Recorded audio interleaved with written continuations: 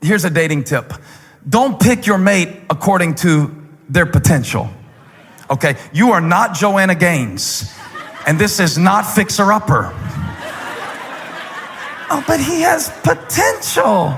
Yes, but he also has a porn addiction, and his porn addiction is called a pattern.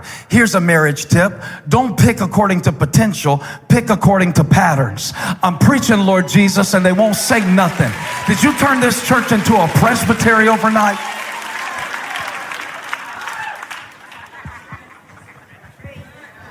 But he has so much potential, but he also has terrible spending habits. So you have the potential to be poor if you don't understand and uncover what is behind his habits that have caused him to be so broke. But he has potential, but he has a bad temper. Watch how he treats his mom. You think he's going to treat you like he's treating you right now for 35 years? Watch the patterns of how he treats his parents. It'll tell you a whole lot more than what's his potential. I'm not saying they have to be perfect. I mean, it took Holly a whole year to see my potential. And look, you always can't see potential in people. They miss Jesus. They missed him because he looked like them. They missed him because they could not see the Messiah.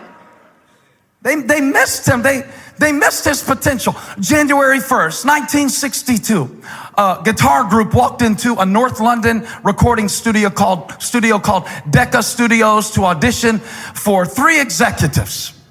He's already telling her, he knows the story. They walked in, auditioned 15 songs in less than 1 hour, and they were summarily rejected by the record executives at Decca Records. The Beatles went on to sell a few albums. Even though they were told guitar groups are on the way out. Even though they were told they had no potential in show business. Touch somebody and say, don't judge me by my audition. This is not even the show. I'm just EQing it right now. And you have no idea. You see what you helped me preach. I feel like a funeral at Valentine just broke out and nobody told me. You have no idea my full potential. Here's the thing. You don't know my full potential. Look at your neighbor and say, you don't know my full potential. And be honest with them, tell them, I don't either. I don't either. Because I live with my problems. And I live with my pain. And sometimes I live in my past. And it makes me unable to predict my potential. So what I've learned to do, I've learned to stop short. I've learned how to only strike with 3 arrows rather than 5 or 6. And I'm going to tell you why I do it. I do it because my fear of falling short,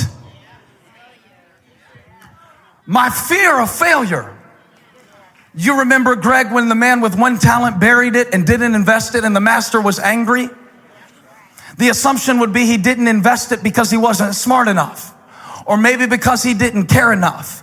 But do you remember what the man who buried the 1 talent said as a reason why he didn't invest it? He said, I was afraid. I used to assume that people who didn't give it their all, people who didn't persevere, and people who didn't try didn't care. And I would preach to people like, the reason you don't try enough is because you don't care enough. But I found out that sometimes the reason I don't try enough is because I care so much that the fear of finding out that I don't have what it takes causes me to keep something in reserve. It's not that I don't care. It's just that the last time I cared, I got crushed. The last time I tried, I got hurt. The last time I loved, they used my love as leverage, and I'm scared to go again. Now, the Bible gives no insight into the motivation of Jehoash as to why he stopped striking the ground, but I want to take up for him for a moment. Maybe he wasn't lazy, maybe he was afraid. Because Aram is pretty scary. Potential is unpredictable. You might give everything you have to raising those kids and they end up on drugs. It's happened. It's happened. You might bring them to Elevation Church every weekend and serve on the parking team with them. Stand out there in an orange vest with your kids and smile through it all. And they might still end up, a little off. Might still end up on Dr. Phil. They might. You never know. There are no guarantees. I might give everything I have to this church. I don't know if you want to hear this or not. I might give everything I have to this church, and 1 year we don't grow. I don't know. But at least I'm here. Here's what I've decided. I've decided that the pain of falling short is nothing compared to the shame of stopping short.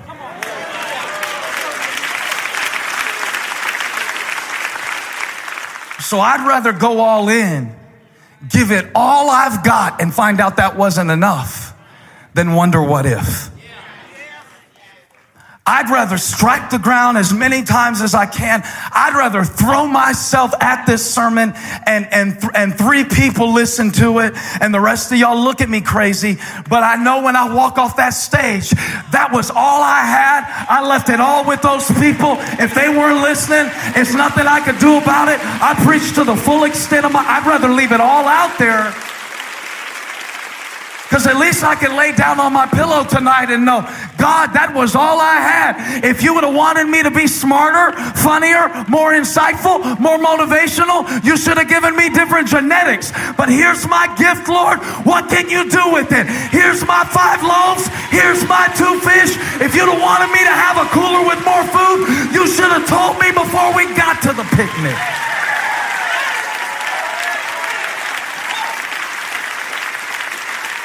Look at your neighbor, say, at least I'm trying.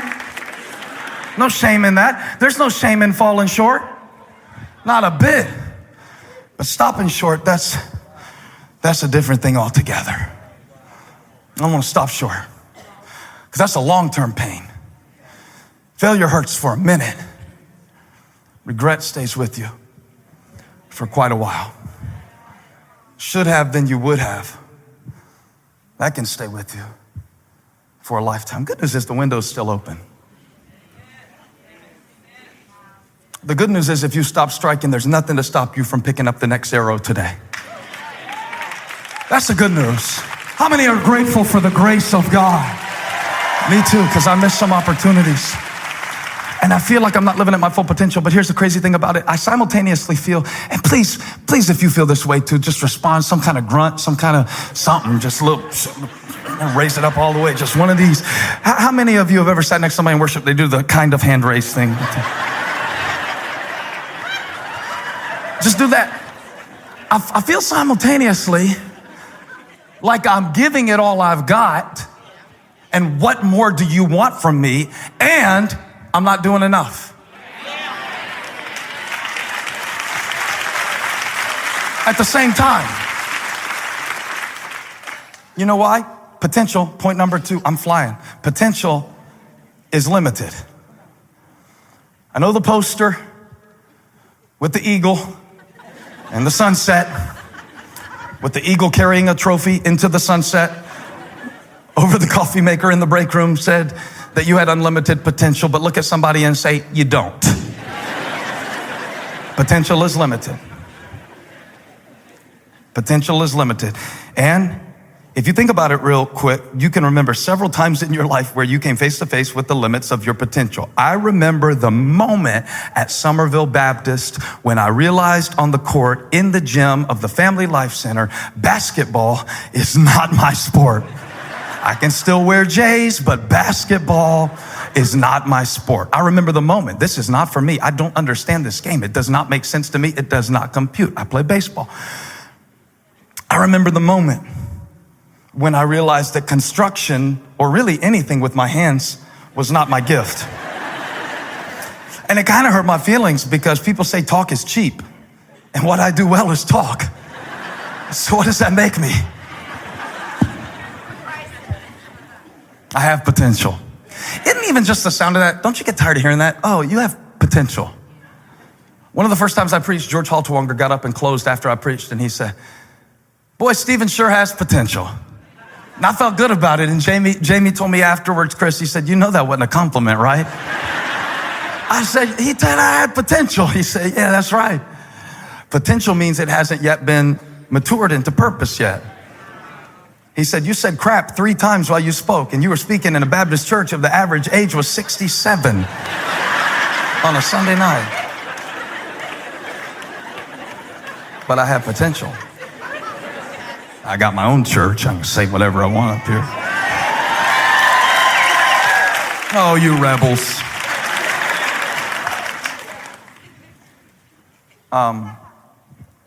So go with me. Santee Circle Community Church, the church where I serve as youth minister, is building a building. Pastor Mickey said, you got to be out there. You're the youth minister. I want you to show your face. I knew I wasn't very good with anything mechanical, but I showed up. Wayne Hall never should have trusted me with his nail gun. That's my defense. I broke it, not on purpose. They sent me home. Mr. Wayne said, you stick to preaching. So I did. I preached to those poor people every time they would listen. And Holly found some old VHS tapes the other day, and I told her statute of limitations. I don't want to see that. Thank God we don't have a VCR. And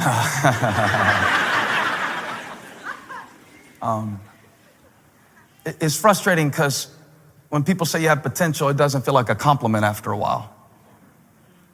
It starts to feel like a judgment, like an indictment, because you already know that you're not doing all that you can do. And at the same time, you feel like you couldn't do any more. But it's not enough. But it's all I got. But it's not enough. But it's all I got. But it's not enough. But it's all I got. But it's not enough. And into that, God wants you to know and be set free by the fact that your potential is relative to your purpose.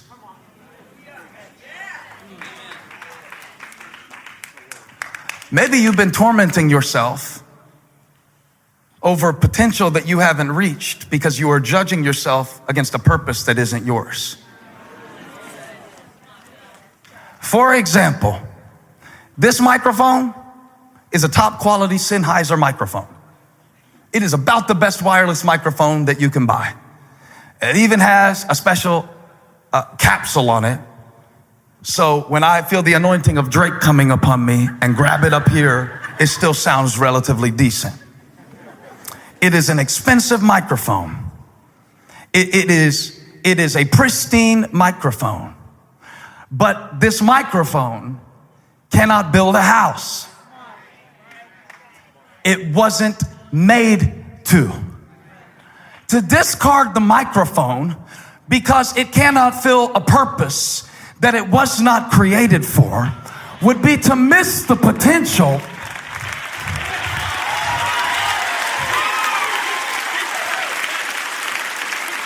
I'm not going to miss my potential because I was trying to fulfill somebody else's purpose. I can't be you. Don't need to. Don't have to. I was born to do what I was born to do. And when I do what God made me to do, like God made me to do it, purpose. Somebody shout purpose.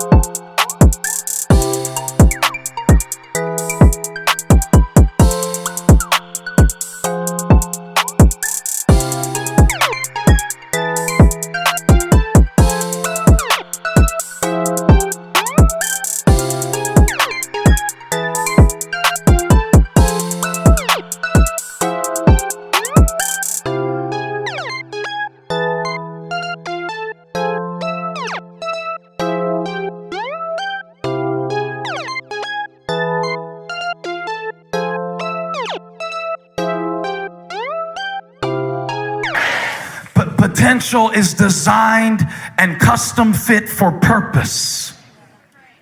All right? You can't put in what God left out.